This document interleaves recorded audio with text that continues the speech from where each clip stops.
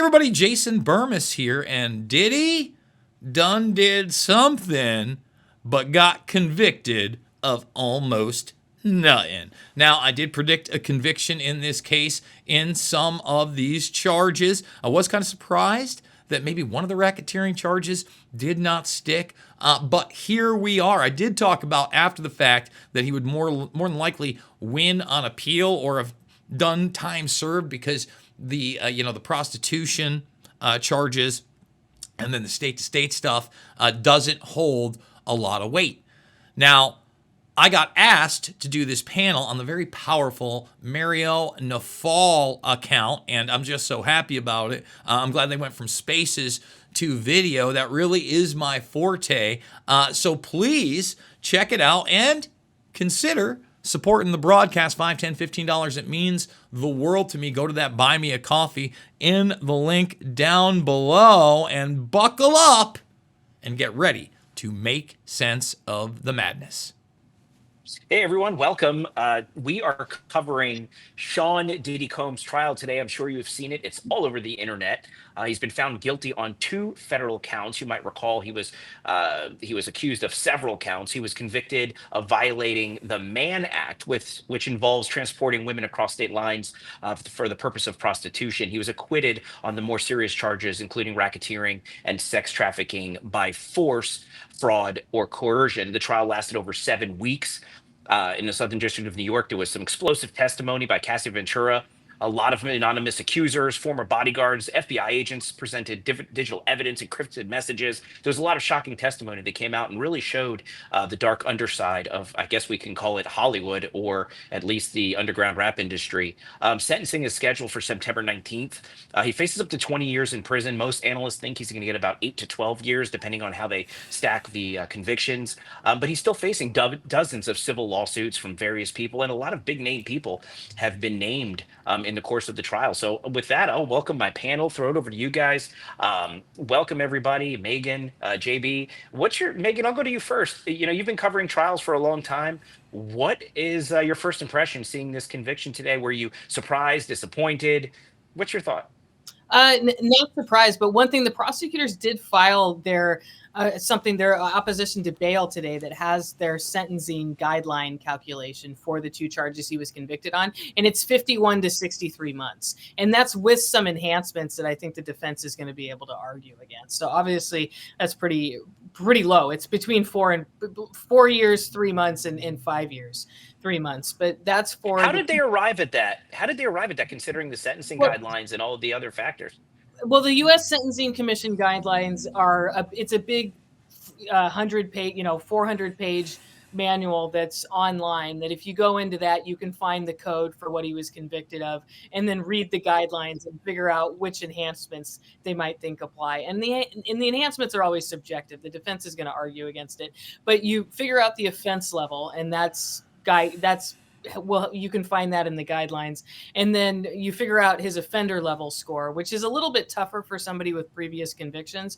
But the prosecutor said in their calculation today that they're calculating him in the first offender level score. So somebody with no criminal background. And then there's actually a chart in the commission guidelines that you go through, and you find the offender level score and the offense level. And it shows you the mandatory, or not the mandatory, but the range that they face, the minimum guideline versus the maximum guideline. So when you hear the mandatory minimums or the maximums, those are never actually what they're facing. It's always a guideline calculation. And it's very possible for a layman to do that because it's all online, but it's just frankly just takes a lot of work, and it's better. I mean, the prosecutors did their own calculation, and the defense is going to come in and do their own. And like I said, there's some enhancements in there that I don't have it in front of me, but it'll be easy for the defense to argue that those shouldn't apply here and there, so they could get it down even more. But I've done this for other cases, other charges, that kind of thing. Use the sentence. Well, let's take it back up to 30,000 feet for the people who haven't paid attention to anything that's going on, and they just heard about it through the news, and they heard that Diddy's a bad guy and he likes baby oil. So for the people who think Diddy's a bad guy who likes baby oil, JB, I'll ask you, like, if somebody sat down and said, "Hey, what happened today?" What would be the minute answer you would tell them about what the impact of what happened was? Well, I'd say sorry. Go ahead, Megan. No, go ahead, Megan. I'd say he escaped the most serious charges. I mean, this was overall a really big win for him because the transportation for prostitution charges were, I always thought that'd be hard to escape a conviction on that because the prosecutors even emphasized in their closing argument that it's illegal even if everyone enthusiastically consents and participates. And of course, they were arguing that not everyone consented here. But Diddy's argument against the try to say that he didn't do that. There was kind of an argument from the defense that, oh, he thought he was paying for these escorts time and not sex. But there were also text messages and communications that showed Diddy blatantly knew he was paying these people to come out and have sex with his girlfriends. The big legal question was just, was he coercing the women into it? And that, if they had found him guilty of sex trafficking, would have brought more criminal implication to the transportation charges. But with them not finding him guilty of trafficking, it's pretty safe to assume that they just convicted him of transportation because technically he's guilty of that, even if everyone consented. But if they didn't think everyone consented, they would have been more likely to have at least one trafficking conviction. But for him to escape all that is overall a big win for him and a really big loss for the prosecutors too. I mean, they have to be with just the political current and kind of the scrutiny that the Southern District of New York is under. I doubt the prosecutors on that case are like super excited right now, just relaxed, having a drink or something like. Yeah, well, JB, let me throw it over to you. Like, what's your big take today for what happened today? I'm actually not shocked. I thought there was a chance at one of the trafficking charges going in there, but then in a time where, Harvey Weinstein was able to appeal successfully, I thought maybe he would get an appeal on that. Like she said, it would be really hard to escape the charges of transportation and prostitution. They were pretty open in the text messages. But despite the headlines, there was a lot of contrarian evidence on Cassie's involvement, aka enthusiasm, as she said. And really, what I thought had a chance early on, but during the trial started to go away, were maybe these racketeering charges, because early on they brought in this charge that he was bringing in drugs, bringing in guns, and selling them. And they had arrested his drug dealer. And that person also testified. It didn't seem like they had the real forensic evidence to prove that. And when you look at the people that they brought on, like you said, a lot of them were anonymous. But where was the evidence of these things happening for a decade, 2 decades? I mean, when you go into this guy's actual past, I mean, I think there have been credible accusations. Tupac himself accused him of the attempted murder the first time around. You had the Shine incident with Jennifer Lopez, where he escaped those vast gun charges and he went to prison for a very long time. And then in this trial, which I think was probably the most persuasive out there, was the Kid Cudi conversation. Ventura having an affair with this person. He's pretty prominent, and then all of a sudden his car explodes. It's actually pretty sad to me that the prosecution and the police were unable to present any type of real evidence that, again, was persuasive enough to bring a jury into that. Now, I would also say they were in New York.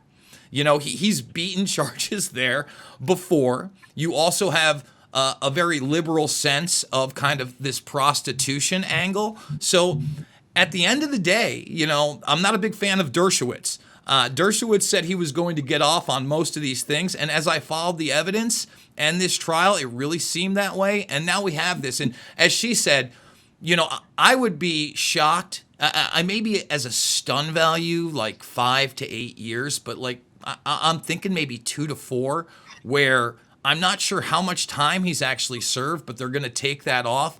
And we could see this guy on the streets literally within the next 12 to 18 months. That's a real possibility. Yeah. Let's talk about, if we can, real quick. I want to go into what he was charged with, and I want to talk about the big picture a little bit. And I do want to get into the time he's going to serve and compare that to other sentences for other people. And I think a lot of people are going to be shocked when sentencing happens in September.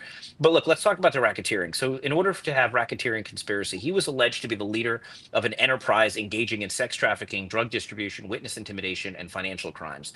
In order for the sex trafficking by force, fraud, or coercion, he was alleged to have facilitated the trafficking of women across state lines using psychological, and physical coercion regarding the transportation to engage in prostitution, which was what he was convicted on under the Mann Act.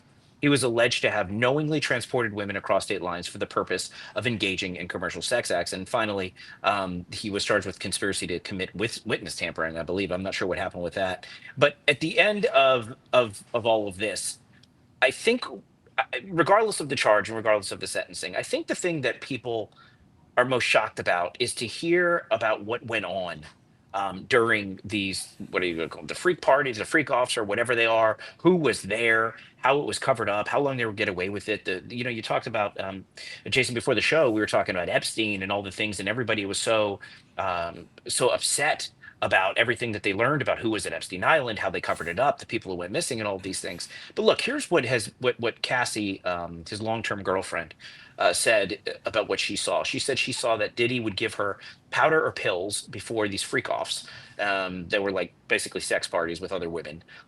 She tracked her location, physically assaulted her, threatened her with a gun when she tried to leave his house. She said that he flew her from Las Vegas to Miami for business trips that were actually a cover for sex arranged with other men in exchange for favors, drugs, and silence. I mean, when you hear the way, and bodyguards have come forward and said, "Yeah, I've heard these things and it was disgusting." But how many high-profile celebrities, from J Lo and possibly Jay Z and all these folks who knew about these things? And there were Cuban Gooding, I believe Cuban Gooding Jr. was one of these folks who was in some of these civil lawsuits has been named. We're talking about some of the upper echelon of Hollywood or entertainment or whatever music that knew this was going on, covered up for it, pretended it was basically okay. All this came out in the trial, regardless of what Diddy ends up doing as far as time is concerned or what these convictions show. What does this say? Because for so long you heard this was just a conspiracy theory. These things happening in Hollywood, they didn't really happen, but they are, and they're being covered up. Megan. I would say I'm not sure that really came out in trial. Like nothing about Cuba Gooding Jr. His co-conspirators were identified as his security and then his chief of staff, Christina Coram. But we really didn't hear about other celebrities like participating in this at all. And granted, we didn't see. I mean, the videos aren't available to the public, but if you go through the transcripts of when they were played and entered as evidence, they identify who's in there, the escorts and that kind of thing. And we really didn't hear about, we did hear about a lot of other celebrity names, just kind of here and there.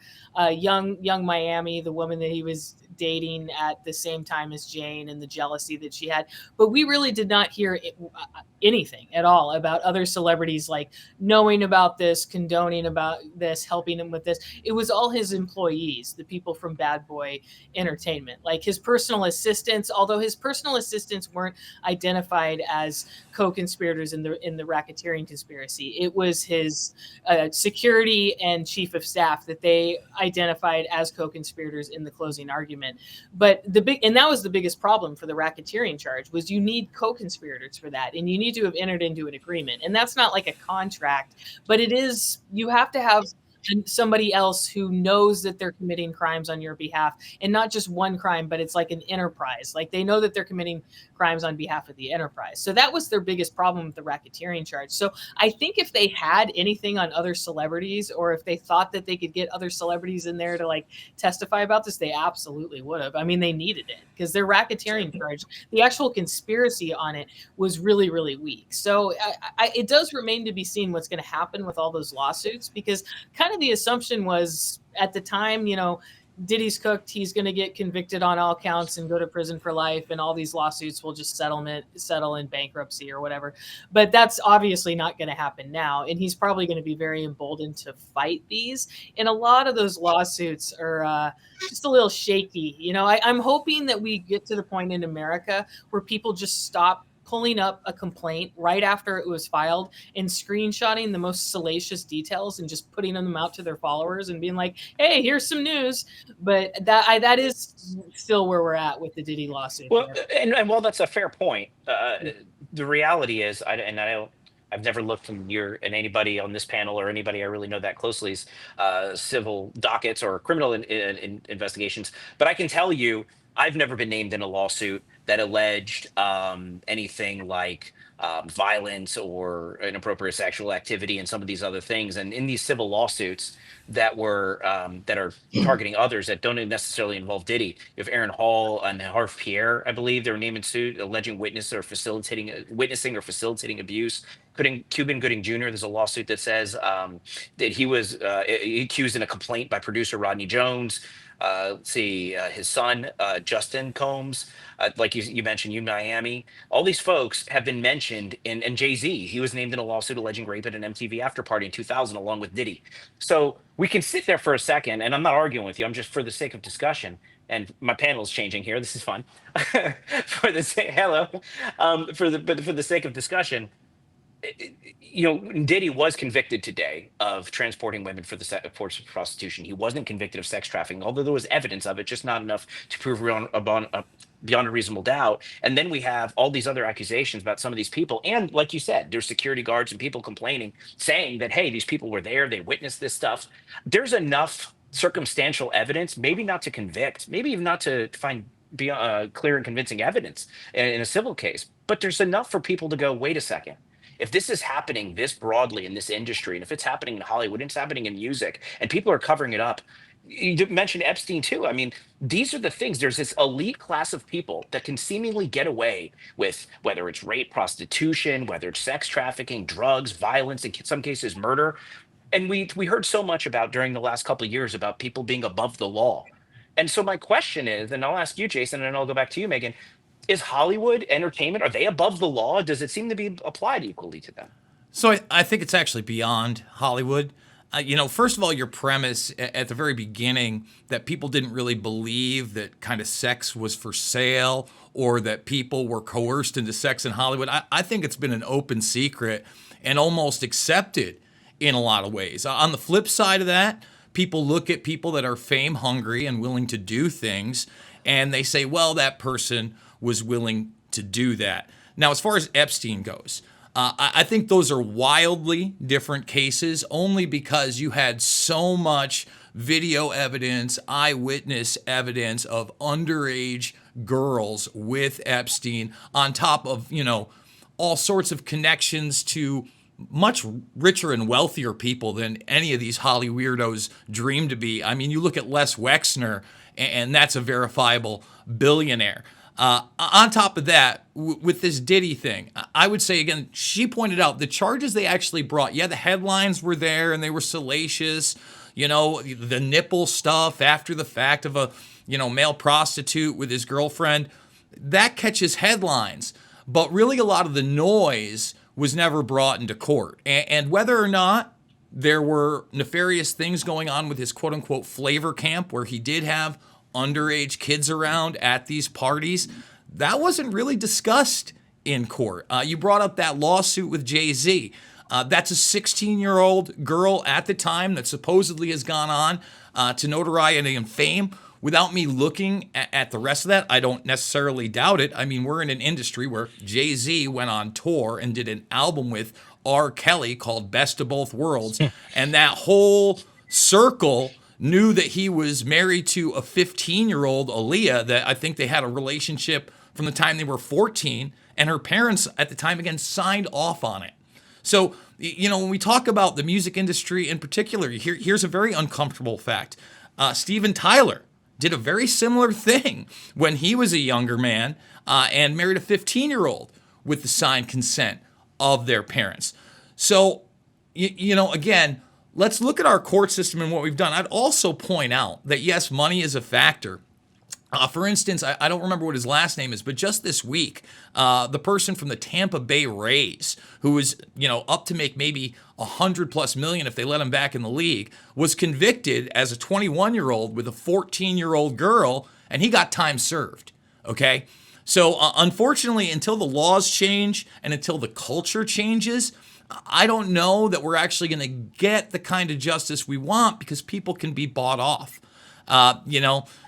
Again, when you look at this guy's record over the last 25 years, and not just the innuendo, the cumulative evidence, like I discussed, the Tupac stuff, the Shine stuff, the human trafficking stuff, that he wasn't convicted of but has been charged with, the Kid Cudi accusations. It's not of a very nice person, but as we know, blackmail rules the world. And a lot of people making that association with Epstein. I think Epstein, although he used that, had bosses. I'm not so sure that unless Diddy was compromised occasionally, he had any bosses. I think he had learned the tricks of the trade. I mean, you look at a guy like Hefner. We talk about women for sale. Remember, there was a whole show on entertainment television about Hefner and his 4 wives, many of whom have now spoken out against him and said it's horrible. Well, he was filming a lot of the events there. Who was a frequent person there? Bill Cosby. You can say what you want about Cosby, just like Weinstein. He's not in jail anymore. So I know I went off on a jag there, but overall, who's above the law? Unfortunately, I'd say yes, the Holly weirdos, they have a better shot of getting out of it. But the people above them, the people that were actually with Epstein, they have a way better shot of never even being charged with it. Yeah, and to be clear, all the people we're talking about here, and everybody I've mentioned, these are just names that have appeared in civil lawsuits. They haven't been accused of any criminal wrongdoing. They're not standing trial for any criminal wrongdoing, and none of these civil lawsuits necessarily will result in any conclusive evidence that any of these things occurred. It's just when you look at everything as a big picture and you see these names pop up, and it's like, what is going on here? And I don't know if it's a pattern or if it's just luck. Liz, I want to welcome you to the panel. What's your take? Big news today. A lot of people thought Diddy was going to be in jail a long time. It seems that he might not be in jail that long, but still nevertheless going to jail. Guilty of transporting women for the purpose of prostitution, not guilty of any other charges. What's your thought today? Well, first of all, thank you so much for having me. And I got to say, you guys are my spirit animals. I feel that you guys are talking about so many topics that I've been covering that no one in the mainstream media is talking about, including that there's other celebrities involved in these alleged crimes. And we learned that through many of the civil suits, and one of them being from Lil Rod's lawsuit that he filed. And for people that don't know, it was Lil Rod's civil suit that paved the way for the criminal charges to take place. Now, number one, I think it was Cassie's lawsuit that paved the way. I'm sorry, what? Sorry. No, it was Lil Rod's. That's not true. It was Lil Rod's lawsuit. Her lawsuit, I'm not saying that her lawsuit didn't help, but the main one was Lil Rod's.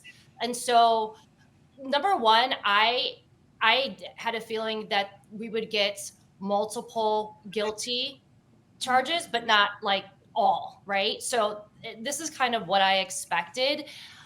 I am very happy with what happened today because, as you guys have been discussing, these elite celebrities, people in positions of power, including Diddy, have been able to get away with crimes for decades.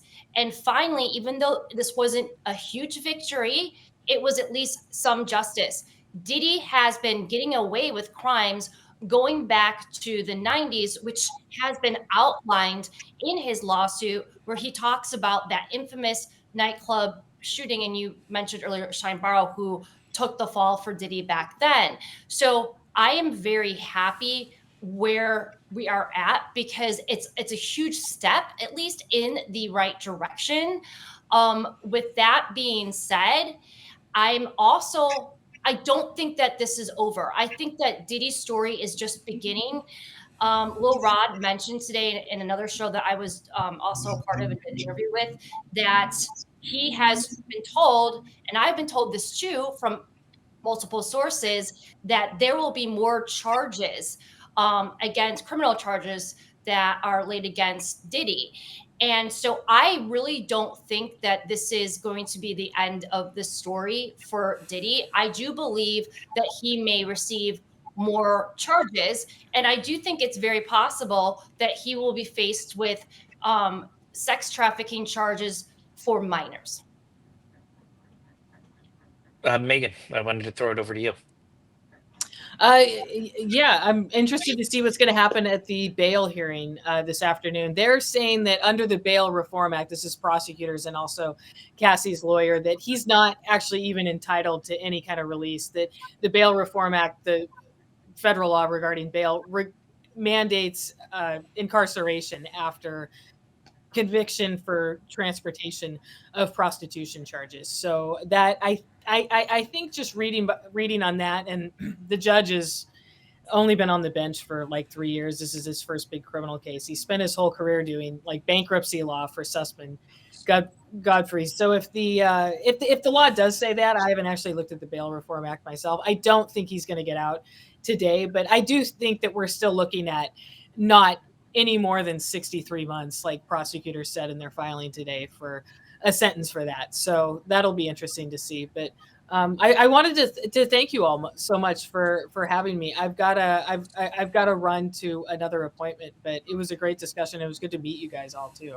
So thank you Thank you so much, Megan. Appreciate your insights. Thanks for joining. So I want to pick up on Liz where you left off, and I'll throw it over to you. Do you go by JB or Jason? Because you're Jason, but I usually only do the JB, so it doesn't take out my lower third. You know that? Well, I'm sitting here calling you JB. I'm like, I don't you know can call me whatever you want. I'm just happy to be here, brother. Let me say this, because I think she's right, by the way, and I don't think you're going to see Diddy get out today. We already kind of discussed that timeline. I'll say this, whether or not more charges come, the damage that has been done to his image right now, I think is irreversible. Right now, Cassie Ventura, I think rightly so, is stating concerns about, repercussions for those that testified against him. I don't think that they would necessarily be immediate, but Diddy's done a very, very good job of, let's just say, avoiding prosecutions in situations that I don't think other people would have. The other thing I would say is, you were talking about high-level celebrity sexual abuse, the Cuba Gooding Jr. thing. That's not, him with a younger person. Like, it's a producer that felt like he was, being sexually gone after and, approached. We've had people like Terry Crews talk about that in Hollywood, how he basically has been demanded sexual favors and refused them. And look at a guy like Spacey. Spacey is on the comeback tour right now. He's doing podcasts. Tucker Carlson's having him on. Yeah, he's won in court. But does that mean that he's not guilty?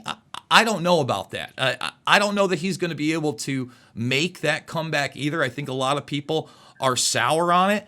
But even today, David, again, with that high level sexual accusation, when you look at the Conor McGregor trial in Dublin, Ireland, that woman who barely got any money wanted criminal charges, and all the evidence showed that she was violently beaten and raped, and they found him, guilty of that, not criminal charges. By the way, David, a lot of people don't know this.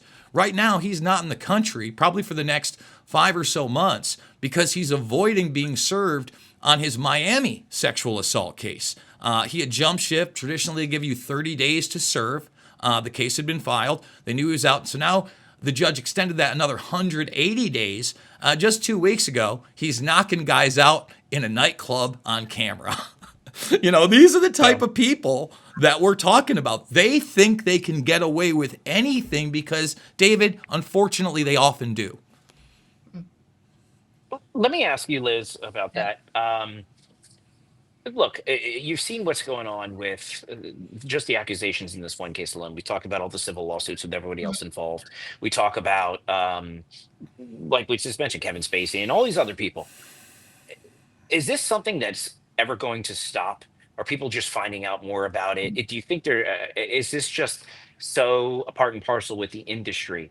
And that just it's something that people are going to learn to accept. I just don't understand how we can go from Harvey Weinstein, everyone will be like, oh my God, I'm shocked this is happening, to now it's everywhere. And it's almost becoming, okay, that's just the business. I mean, that was the defense's argument, right? In this case, the defense's argument was, that's just an extravagant Hollywood lifestyle that you people are just not exposed to. Nothing abnormal here. You're just not used to it. And then you have people that are in therapy or killing themselves because of the trauma they were exposed to. I mean, what do you think? Well, the sexual abuse, the sex trafficking, and the satanic ritualistic abuse has actually, unfortunately, been going on for forever. I mean, this has been happening in ancient cultures, like throughout history, all around the world. And there were multiple cases that popped up in the 80s and the 90s where it was exposed that there were rings of elites, including some celebrities that were involved in the rape, torture, and trafficking of children, but also the satanic ritualistic abuse of children. And back then, the media covered that up, and they called it the satanic panic. And there were multiple cases. One was the Finders, and the other was the McMartin preschool scandal. And back then, there was a trial. But the reason why the owners of the preschool got off is one of the reasons why is because they couldn't find the tunnels that the kids said that they were trafficked underneath. Well, it turns out years later, under Trump's first term, the FBI released a record that proved that there were indeed not only just tunnels underneath the McMartin preschool, they also found all these satanic artifacts like pentagrams and things and dead animal bones too, because the children said that they were forced to kill animals and like cats and dogs, or that the abusers did in these satanic rituals. And unfortunately, a lot of people in positions of power, including those in Hollywood, really worship Satan. That's a real thing. That's why when you go on these people's Instagram pages, or you watch their music videos or whatever, you will see them constantly flashing satanic symbolism. They'll be flaunting it on their social media. They'll be, they do music videos where they openly talk and brag about worshiping Satan, Lucifer, Baal. Jay-Z will rap about it. And the worship of Satan goes hand in hand with sexual ritual abuse. These Satanists, and these people believe in Satan. Okay, so this is not what maybe you believe, but this is what they believe, right? These Satanists believe that they get power from these rituals, and that's why they do these rituals.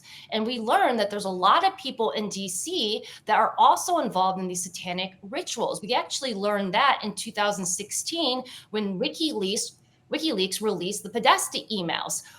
In the Podesta emails, we learned that they were involved in spirit cooking dinners. These dinners involve mixing blood, sperm, urine with breast milk, and like cutting your fingers, and all this crazy stuff. Well, who's Marina Abramovic friends with? Jay-Z, Lady Gaga, and a ton of other people in Hollywood. So it's been going on forever. It's real. These people worship Satan, and the satanic ritualistic abuse often involves sex rituals, including satanic ritualistic abuse on children.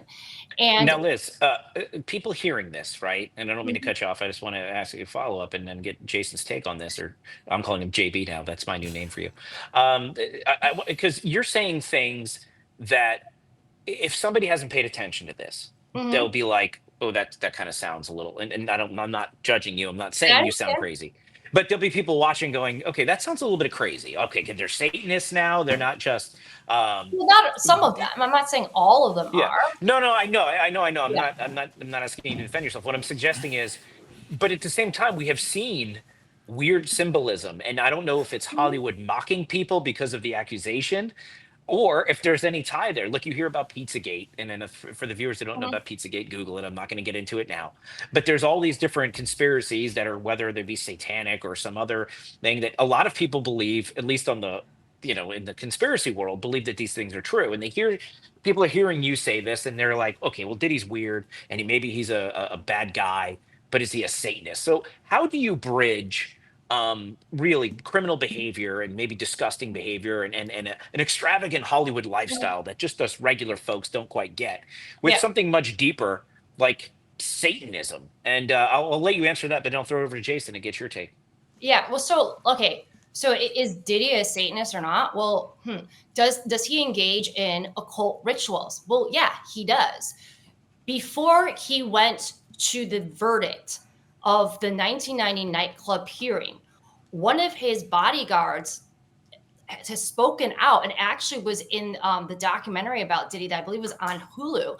And he said that before he went to court to hear that verdict for that case, they stopped at a park in New York along the way, and he engaged in a ritual where they sacrificed a bird. And then there's been other reports. There was one report that came out a few years ago from Crazy Days and Nights saying that Diddy had a yacht party, somewhere in, like, I don't know, off the coast of Europe. And at this yacht party, he had one of his workers go get him a live goat, and he sacrificed it in front of his guests. So that's an occult ritual.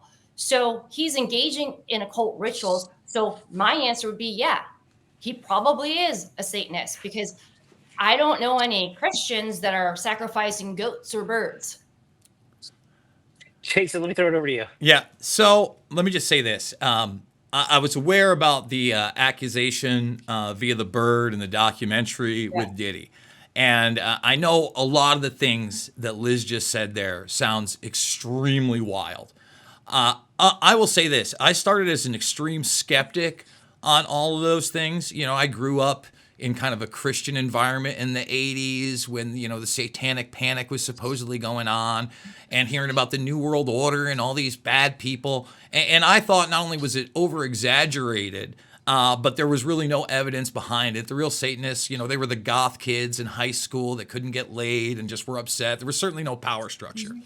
I would encourage people to check out this book. Now you're talking. By Nick Is Bryant. that what you went and got? Is that what you went and got when it I started love off him. stage? I love him. Marry me. That's awesome. I'll just say this. First of all, I distinguish between the occult and pure Satanism because, you know, first of all, most Satanists will tell you at their heart they're actually atheists and they are mocking Christianity. That's kind of the modern way they talk about it. I would encourage people to go watch the documentary Hail Satan.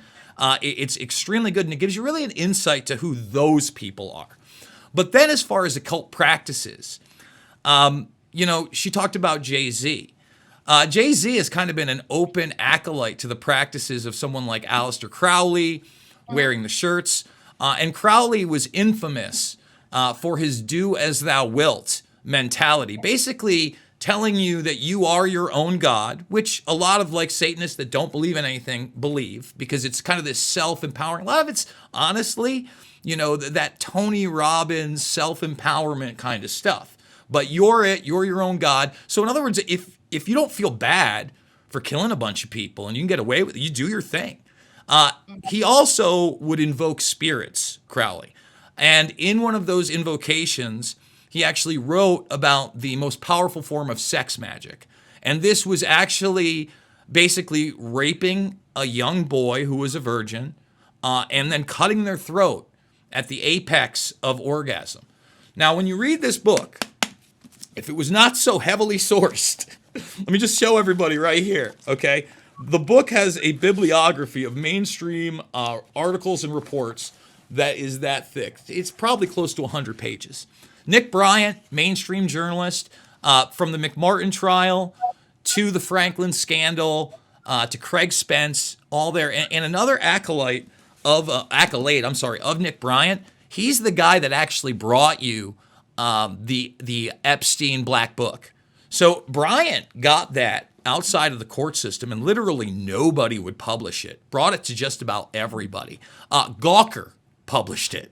The old school kind of, celeb rag. I don't know if you remember it, David. For those that don't know about Gawker, after they published that, they also published the Hogan sex tape. Peter Thiel was so mad that Gawker had outed him as a homosexual because he was closeted at the time. He bankrolled Hogan's lawsuit, which crippled and put them out of business. So Peter Thiel, free speech guy. Just want to point that out as well. So just kind of going back to the occult stuff, I would say this. I have, I think, 9 out of the 11 or 8 out of the 11 annals internally of a thing called the Bohemian Grove Club. Are you aware of that, David? Mm-mm. So I'm not aware. Oh, come on. You've never heard of the Bohemian Grove? Let me tell you where I hang out. Take you down the rabbit hole. Well, let me just say this. I don't go down the rabbit hole very often. This is why I'm interested in this conversation. And listen, a lot of our Come viewers on, Alice. don't go down this rabbit hole. So there's people that are watching or going, okay, these people sound, and I'm not suggesting I think this, but there are people watching to go, you sound nuts. I So could go grab explain those it. annals too, David. They're right over there. Again, people can I'm go not read this. suggesting it. But there's actually a precursor to this by the lawyer that was Yeah. involved and also a state senator. It's called the Franklin Cover-Up. You can get the PDF file. Now, I read that first, and quite frankly, I almost got sick at one point in that book. Yeah. I was somewhat skeptical of it until I read this, which not only solidified it, but found more victims and documented it. So let me ask you, let me Yes. pause real quick and ask you a Sure. question then. Because look, I've heard some of these things. I haven't heard about the thing you were just talking about, Liz, but I'll learn about it now, obviously.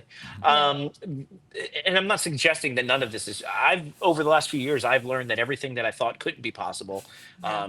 I've learned is possible. I mean, I used to think that anybody who said 9/11 that we had something to do with it, I used to think they were crazy. And then I heard from a special operations guy who was in overseas at the time who said, we found the guys like a year before and they told us to not do anything. So when you start to hear things over time, you start to go, okay, well, now what's true and what's not? I still haven't got to the point where I don't think the moon landing is real. I still think that's real, but maybe you guys will convince me otherwise. I still think the earth is round, although I've heard compelling arguments otherwise. But the point I'm getting at is, David. the point I'm getting at is, yeah. David, I stick to what I can document, okay? And if you, I'm not, listen, I'm just going to say, that's why you haven't seen me make wild accusations of this person is that. I say that there are the reports. People can read the stuff. They can watch the videos. For instance, 9/11, okay? I have 2 documentaries on it. They are free right now in my playlist. If anybody wants to check it out after this conversation, Loose Change Final Cut and Fabled Enemies. Most people have no idea about that information. You know, you talk about people that are now speculating. I had Rudy Giuliani on my program in October, and I specifically asked him about Building 7 because actually his city corporation counsel, his right-hand man, Michael Hess, was blown up in Building 7 way before it came down with another individual, Barry Jennings, who I interviewed all the way back in 2007. They were rescued that day before the building came down, but they were the only 2 guys in the Office of Emergency Management on the 23rd floor. Got down to the 8th floor, explosion happens in the building, and then they can't get out till they're rescued by fire. When we were done with the interview, I said to Rudy after that, because Rudy also rightfully knew that the Central Intelligence Agency was in Building 7. And we discussed how they actually had snipers around that area to get the documents there and make sure nobody else did over those times. I said, you don't think they blew that building up? And he specifically said, I don't, because of all that documents. He goes, but if they were going to cover things up, if they wanted to cover it up, I'm open to it. He goes, I'm open to all the conspiracy theories now that what's been done to me. Go ahead. And that's an excellent point. And that really is where I got started on this, is by saying is there's a lot of people who would refuse to believe conspiracy theories. He would just think people were far right, whatever. Like I said, people would say, you're crazy. But over the years, we've learned that if you can suspend your disbelief that the United States government colluded with foreign intelligence agencies to produce dossiers in order to get warrantless, wiretaps on a president in the United States. If we can learn that actually happened, I mean, if we can learn that the origins of COVID was covered up, I mean, where can we go? But now taking everything back to Diddy, right? Because that's what we're talking about today. That's considering everything you guys have just said. You've talked about the books. You've talked about the satanic sort of involvement with certain people in Hollywood and in music. Considering all of this, right? And these are in books. You have it. You said there's a bibliography this thick. Mhm. How come more people aren't getting arrested? How come more people aren't going to jail? How come more evidence is coming out? Is it being covered up, or what's going on? David. Like, why didn't more people know? David, when was the last time we had high-level accountability for anything in this country? Because we've seen some Holly weirdos go down, and then we saw the Epstein arrest, which is arguably the most high-profile arrest of all time due to his connections. And he suicided himself twice. And Cash Patel and Dan Bongino are telling you that in a place where they kept El Chapo, a guy that had actually been broken out of a prison, and they hadn't had a suicide for 13 years. Now, the last time we had any type of high-level prosecution on any level was Iran-Contra during the 80s. And by the way, I'm going to tell you this. Epstein was an arms dealer. That's the big secret nobody wants to tell you. That's the big trafficking. That's the billions of dollars. In fact, it's a known fact. Prince Andrew is the UK's arms dealer. He was cutting those deals. Epstein also, remember when they went into his safe and he had that false passport with a Saudi Arabian address and identity? Okay, a lot of people don't realize that during Iran-Contra, because again, it was slaps on the wrist and they made Oliver North the face of it. The weapons were being bought by Israel from Czechoslovakia and other Eastern European nations and then went down. Mark Rich was heavily involved in that, okay? And then they'd get the weapons and ship up the drugs, and then we'd pay it on the back end. So it was an international intelligence operation. So now we have to go back to the early... we have to go back to the early 90s, brother. We're in 2025. Since we put anybody behind bars. There's one exception, and it was very low level. And, you mentioned 9/11 and these things. Well, Dick Cheney had a thing called Enron, and he also had a guy named Scooter Libby. Scooter Libby kind of took the brunt of that, but Trump pardoned him in his first administration. So you show me another person on a high level that's even been tried of any of these crimes.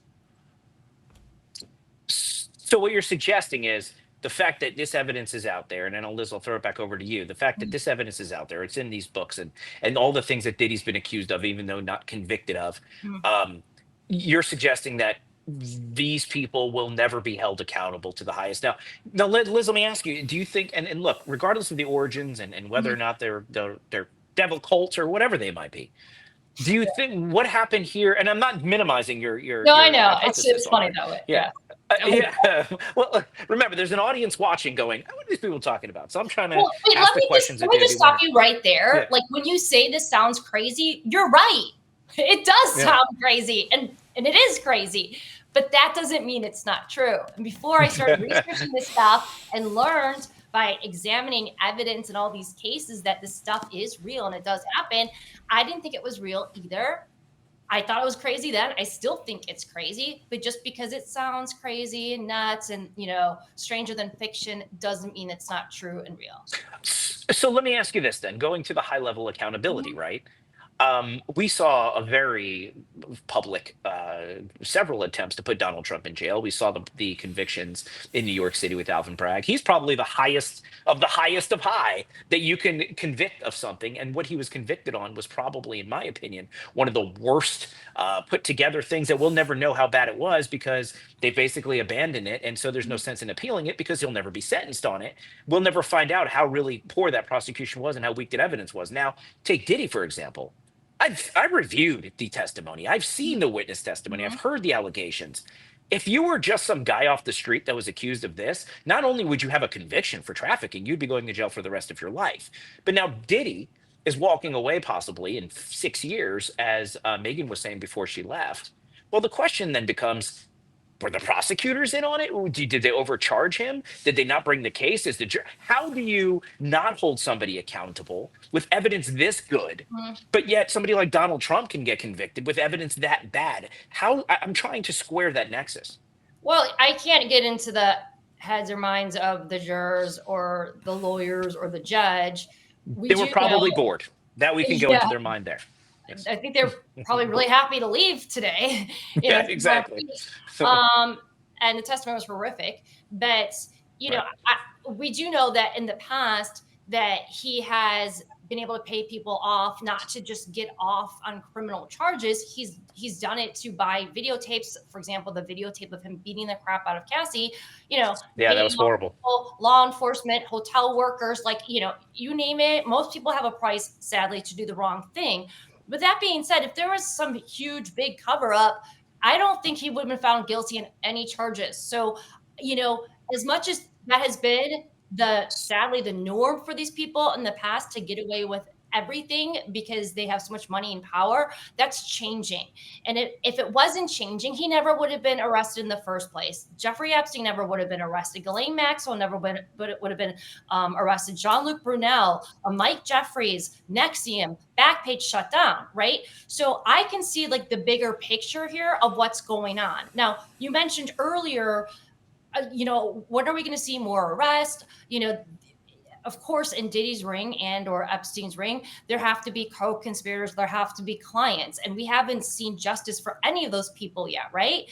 But with that being said, there are hundreds and hundreds of arrests happening. When you have a ring like Jeffrey Epstein's and or Diddy's, who do you think does the dirty work? It is the members of the cartels. The members of the cartels do the dirty work for people like Diddy, Epstein, and other elites. Many of them are illegals. Well, guess what? President Trump's DOJ has been arresting them en masse, arresting hundreds of them, many of them who are convicted pedophiles and or sex traffickers. And I will add to go back to what we were talking about earlier, many of these cartel members also worship Satan. They have the satanic tattoos all over themselves. And I don't know if you caught Kristi Noem's press conference with President Trump the other day, but she said that they, rounded up one guy who's a cannibal, and he was eating himself on the airplane, and they had to remove him and send him to the hospital. This is what she said. This is not what I'm saying. This is what she said. These people are involved in really sick and twisted stuff. This stuff has been going on for years. You have people in Haiti, they engage in voodoo. You have, members of the Hispanic community sometimes engage in Santeria. Like you go, you look at places like Mexico that have, the Mayan temples, and like they used to sacrifice people there. This has been going on for hundreds of years. So, but at the end of the day, I do believe all this stuff is coming to surface. I do believe that we will see more people who were involved with Diddy, perhaps like Jay-Z, get arrested. And I do also really strongly believe that this is not the end for Diddy. I think we'll see more charges against him. We've already seen more lawsuits filed against him this week. And before this week, there was already over 70. And some of those lawsuits probably will have their own trials as well if they don't settle out of court. So, I think that this party is just getting started, honestly. So let me ask you, and I'll throw it over to you, James, or Jason, sorry. See, I didn't use your initials, and now I don't know your name. So even though it's right in front of me. So look, the public is seeing this, right? The more access to information we have is people are becoming more aware. They can get these books now. And I think the more alternative media, like places like X, where you can actually get information that's not censored through giant corporations that tells you what you can and can't know, I think people are learning more things. That being said, and I agree with you, Liz, there is some accountability now. But when people see this, what do you think the evolution of this is going to be? Do you think the awareness will lead to more accountability? Or will the awareness just make people almost immune to it? Will it become just a matter of fact that this is just the way it is? This is how it happens. Will they normalize it? Because what I've noticed is a lot of the things that we find morally reprehensible, as soon as they're exposed, they become normalized and accepted. And you can look throughout the last couple of decades and all the things I'm mentioning, and things that are like, oh my God, people are doing this, and now it becomes, yeah, but it's okay. Do you think this will just become a well-known part and parcel of an industry that's just disgusting, and you can choose or choose not to be involved in it? But look, you have people that people view as being celebrities and thrilled with nonetheless. How many people have been accused or even convicted or in civil cases of doing some horrible things, but because they're celebrities and people look up to them and idolize them, they don't care. So are we getting to a place where it doesn't matter if you're a big enough star? It's almost like a business being too big to fail. Are celebrities too big to be held accountable, and will this ever end? So no. Wait, sorry, can I just go? Because I have to leave for another appointment, Okay, in a minute. Yeah. But no, they won't. And here's why. The full truth on what these elites do to children has not come out. With Epstein, all these documentaries that came out on Epstein, like they talked about what he did to girls that were either adults or barely legal adults. None of these documentaries talked about his involvement in crimes against children, like young children. And it goes beyond, sadly, the sexual abuse and the sex trafficking. When the full truth comes out, what some of these elites do to children, any person with a soul and a conscience who's not a psychopath like these child predators will be up in arms about it. The problem is most people don't know it's real because the media has aggressively worked to cover this stuff up. But as soon as the full truth comes out about sex crimes against children, it's over. The public will rise up, they will demand justice, and we will start seeing more and more people held accountable. So I got to run. I'm so sorry, but I have to get to another appointment. But thank you so much for having me on. It's not going to be as fun as this. It will not be as fun as this, but I know you're going to do great over there too. Thank you, Liz, You're for awesome. joining. Well, thank you for your come back insights. soon. You guys have a great night. Happy 4th. Happy birthday. Bye. I know. Happy 4th. Take care. All right, Jason, throwing it back to you. Look, it's a one-on-one exclusive now. Yeah. Let me get your take on it. So you heard what I said. It's like, basically, are we normalizing the depravity? Is this just what's going to be? Where are we going now? Or do you think people will finally be held accountable? I would say this. I think the depravity was already normalized, brother. I think that, if I can agree with a couple things that Liz said, not necessarily everything. I think that the only reason that a guy like Epstein or Ghislaine Maxwell gets arrested in the first place is there's just so much public outcry for it. And to Trump's credit, and I'm no, MAGA guy, I'm no right or left guy, he really did help lionize the Epstein thing when he brought it up initially with Sean Hannity and said that, Bill Clinton might have some problems because of his associations with Epstein, kind of almost pre-absolving himself of his relationship. And that showed confidence in his relationship that there was nothing nefarious. We mentioned Kevin Spacey earlier. I would be remiss if I didn't mention that, Bill Clinton was on that plane, at least to the Africa trip, with Kevin Spacey. Those guys were friends going back to the 90s. In fact, if you watch House of Cards, Kevin Spacey talked about in interviews how he modeled a lot of that character after Clinton. And Clinton, when asked about that show, said it was a lot closer to reality than people think. If you haven't seen House of Cards, folks, that should give you also an insight not just to the Holly weirdos, but how Washington, D.C. also Actually operates. Actually works, by the way. Actually works. Like, watch House of Cards. It's real. But go ahead. I mean, again, that should scare people, right? Initially. Yeah. And, she mentioned some other high-level trafficking, and you were kind of asking whether or not anybody would have their comeuppance. Well, Ghislaine Maxwell is in prison right now. I believe Jeffrey Epstein to be very, very dead, although there are other people out there that will say otherwise. She mentioned another one. And you know what? If we're going to go outside of the realm of politics accountability, once you get to a certain level, they will burn you. And I'll explain this. She mentioned the NXIVM cult. Are you aware of that? Mm-mm. So NXIVM was this thing. It was outside of Albany, New York. And, the individual's name is totally, I can't remember right now. And it's crazy because I've covered that for so long. But he did get convicted and he is in prison.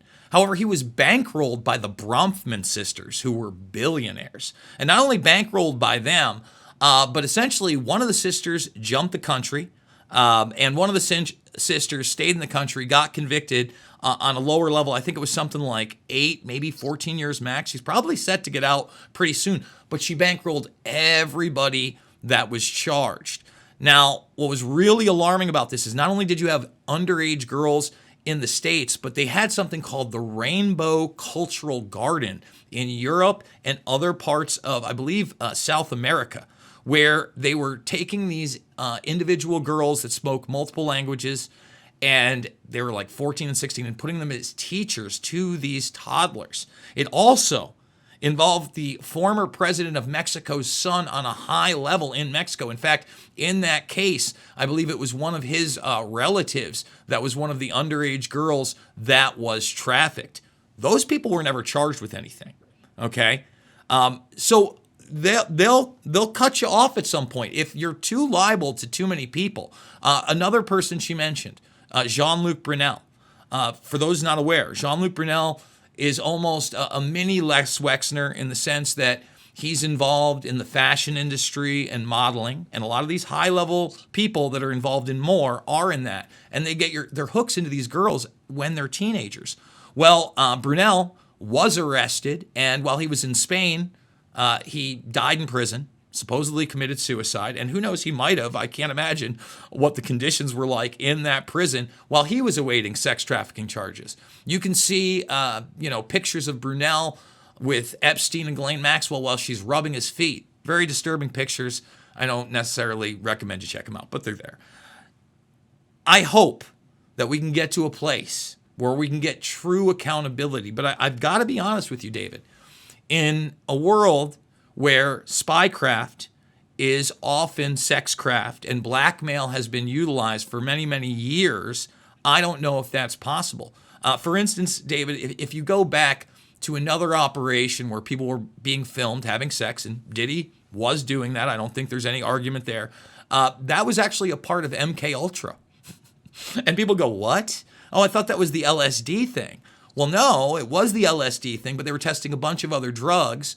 And on the coastlines in New York and California, They were running brothels under Operation Midnight Climax, okay? Now, again, if you think back in the 60s and 70s that all the girls were 18 and on the up and up, and they weren't just recruiting, the prostitutes that were around at the time that were drug addicts, etc., you don't know how this works. So the same thing, with the Epstein crowd. When you see the young girls and how that whole thing worked, he was using girls to recruit girls. And some would actually come up in that network. When people say, I want the client list, there is no client list. That's imagination land. People were not coming in to buy women from Epstein. He was using them to negotiate deals. For instance, like I said, with Prince Andrew, you had a lot of arms deals that would go there. You want to curry favor. He was using them to blackmail other individuals. You look at former Governor Ben Richardson, not Ben Richardson. Man, it's killing me. I can't remember his name. What's his name? Well, Governor Richardson no longer there, but he was named in a bunch of these suits from these girls. A lot of people don't realize the New Mexico ranch, Zorro Ranch, was never formally investigated, and none of the charges stem from there. This is where he was accused of, and again, I know this is going to sound crazy, of a baby farm where he wanted an army of Epsteins cloned, basically. Like he wanted to inseminate Epsteins throughout. That's New York Times. And they never investigated this place. Had a helicopter pad, was in the middle of the desert. And by the way, the age of consent there, I believe it was either 15 or 16. One of the ways that Epstein avoided any of these charges of trafficking is he usually take his victims within the state. And when he would abuse victims in some states, they would be of legal age at 15 or 16. He was never charged formally as a sex offender, for instance, in New Mexico for what he was convicted of in Miami. So, people with wealth work the system. We just talked about that baseball player. He's far from the only one. Until the system changes, and by the way, I don't necessarily think that that's just because of Hollywood or politicians. If you look at the overall power structure, what's even before that? You look at religion, right? And you can go through religious abuse of children to the times of Rome, can you not? Where you would literally take a young boy as a concubine and nothing was done. And you look at the modern church and the Vatican and even the popes like Ratzinger that helped move a lot of these people along, whether you believe accusations against them personally or not. So, we have a problem on that end, but let me talk about another problem really quickly. We also, lionize a lot of these people. You talk about how, they get a civil suit, nothing's done. It's worse than that. Conor McGregor was at President Trump's inauguration and is going on Tucker Carlson ready to run for the presidency. I documented that case all the way in the beginning of 2019. It occurred in December of 2018 and was highly covered up. I never got so much hate on my limited reach anyway. I had the troll bots were out there. At the time, because it didn't break in the States until March, literally took almost 4 months where they named him. They were going in the European press as Irish sports star. And I had people saying, oh, it's Rory McIlroy. By the way, 6 months after that incident, he was accused of another incident. We're talking about multiple on top of multiple. Another thing, I know we love influencer culture. I would encourage people to really look at what the Tate brothers did to make their money. And I know that there's that infamous video of him with the blonde and the belt. Yeah. And, she's come out and said, no, we were role playing. I'm going to let people in a little secret. Whether they were role playing or not, that girl is 14 years old, 15 max, maybe, in that video. What else do you need to know? I'm not a hypocrite. Okay. So if I'm going to be covering, things like this, and I want you to take me seriously because I know how Liz sounded. And, I try to ease people into things like ritualistic abuse. I don't necessarily know if that's what Diddy was doing, but I think blackmail is extremely obvious. Again, getting back to the Cuba Gooding thing, I think sexual pressure to do these type of things is very obvious. Going back to Hollywood abuse, read the Judy Garland story. Somewhere over the rainbow, indeed. That shows you that, in these power structures, It's generational. Even in the government's highest levels in the United Kingdom, forget about Andrew. The allegations about David Heath are over the top. And by the way, I think some of this stuff gets in there to muddy the waters. For instance, you mentioned quote unquote Pizzagate earlier, right? I like to refer to it as Pedogate because the one piece of evidence I really want to bring people to, and I remember when this happened, because the New York Times had contacted me. They basically wanted me for a hit piece on Alex Jones and do an interview about InfoWars. And I said I'd be happy to if you would publish this email in regards to the Pedogate scandal that WikiLeaks published. And it was the one where John Podesta's on a group email where 3 children are named, okay? And their ages are named. The oldest one, 11. And they're being talked about being Ubered to the farm for entertainment, and that they will be in a hot tub for sure. Now, I don't have kids, but I help take care of my nieces, and I have common sense.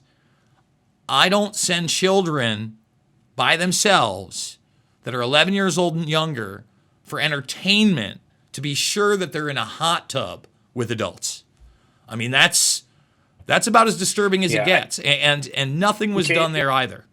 You know, yeah, Jason, I think, and this is something that I'm optimistic that the aftermath of this trial will at least spur additional conversations about this, and folks like you can draw more attention to the things that are going on out there, and then maybe accountability can come. That's why I'm grateful for this platform to give people voices where ordinarily we didn't have a voice before. So, but I got to run. We're out of time today, but Jason, I really appreciate all of your takes today, all your insights today. It's been an exciting conversation. We're going to look towards September for the sentencing. We'll see what happens, and I'm sure we'll be talking about this and so many other things until then.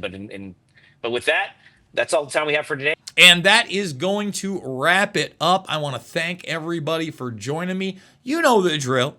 It is not about left or right. It is always about right and wrong. I absolutely love you guys, and we'll see you on the flip side.